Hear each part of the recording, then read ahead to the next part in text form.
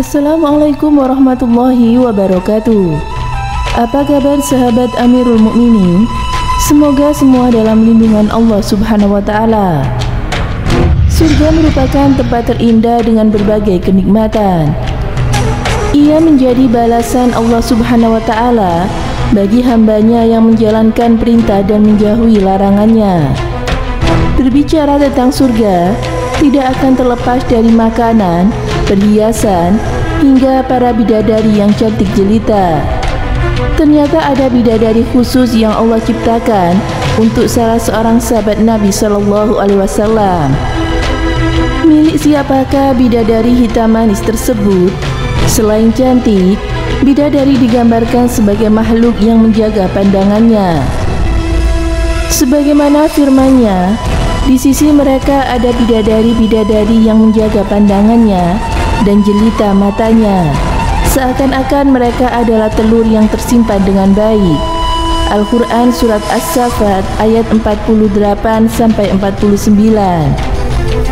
Gambaran bidadari juga Allah jelaskan dalam firman-Nya, sesungguhnya kami ciptakan mereka dengan langsung dan kami jadikan mereka gadis-gadis perawan, penuh cinta dan sebaya umurnya. Kami ciptakan mereka untuk golongan kanan. Al-Quran Surat Al-Waqi'ah ayat 35-38. Diriwayatkan oleh Imam Bukhari, Rasulullah Shallallahu Alaihi Wasallam bersabda, seandainya seorang wanita surga muncul di dunia, maka dia akan menyinari bumi dan langit dan akan memenuhi bau semerbak di antara bumi dan langit.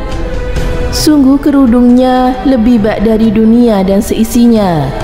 Dalam kitab Ibnu Qayyim Az-Zauziyah menceritakan salah satu kisah yang dialami oleh Rasulullah Shallallahu Alaihi Wasallam.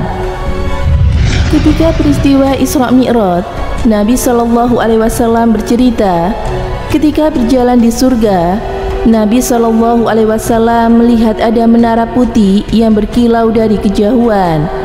Nabi tertarik dan mendekati istana tersebut. Ketika hendak memasukinya, Rasulullah berhenti sejenak dan bertanya kepada Malaikat Jibril, "Wahai Malaikat Jibril, istana siapakah yang indah dan berkilau ini?" Malaikat Jibril menjelaskan bahwa istana tersebut akan diperuntukkan pada salah satu sahabatnya. Ternyata sahabat yang dimaksud adalah Umar bin Khattab. Nabi pun mengurungkan niatnya untuk memasuki istana tersebut, sebab istana tersebut bukan dipersiapkan untuknya. Saat mendengar penjelasan Nabi, Umar pun berkata, "Wahai Nabi, mengapa engkau harus malu kepada orang seperti diriku?" Dalam hadis lain dijelaskan bahwa Rasulullah Shallallahu Alaihi Wasallam melihat sekumpulan bidadari yang sedang bercanda. Salah satu dari mereka ada bidadari yang menyendiri dan tersipu malu. Ketika ditanya milik siapakah bidadari tersebut, ternyata bidadari tersebut milik Umar bin Khattab. Umar diberikan bidadari sesuai dengan keinginannya. Umar selalu meminta kepada Allah Subhanahu wa Ta'ala agar diberikan bidadari hitam manis, bermata indah dan pemalu. Alasan mengapa Rasulullah Shallallahu Alaihi Wasallam tidak memasuki istana milik Umar, karena beliau tahu sifat cemburu yang dimiliki oleh Umar bin Khattab.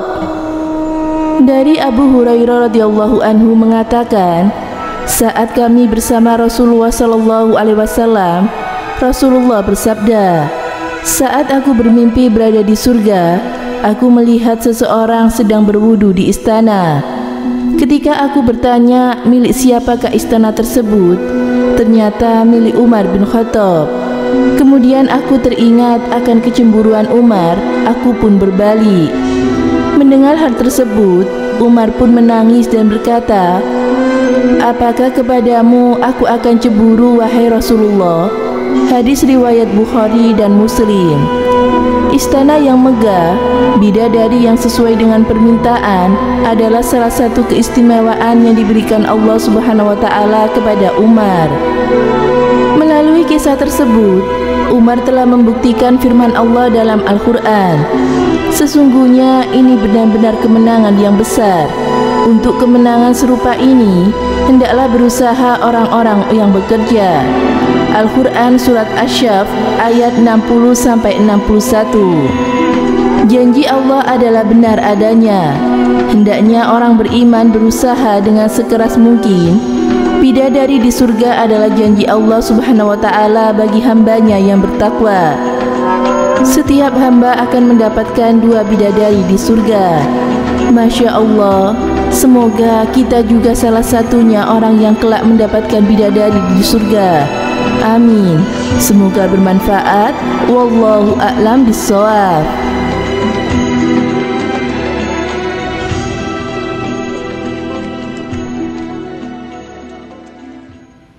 Assalamualaikum warahmatullahi wabarakatuh. Di surga ada 2 jenis bidadari. Yang pertama ialah wanita yang diciptakan secara langsung oleh Allah, yakni bidadari surga. Di dalam hadis maupun Al-Quran disebutkan bahwa mereka ini adalah bidadari yang diciptakan secara langsung oleh Allah dan tidak disentuh golongan manusia atau jin sekalipun.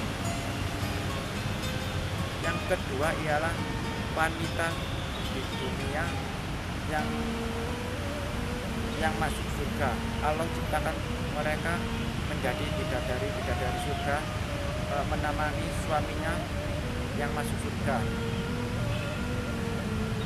Lalu mengapa wanita dunia lebih utama 70 kali dari bidadari surga yang Allah ciptakan secara langsung?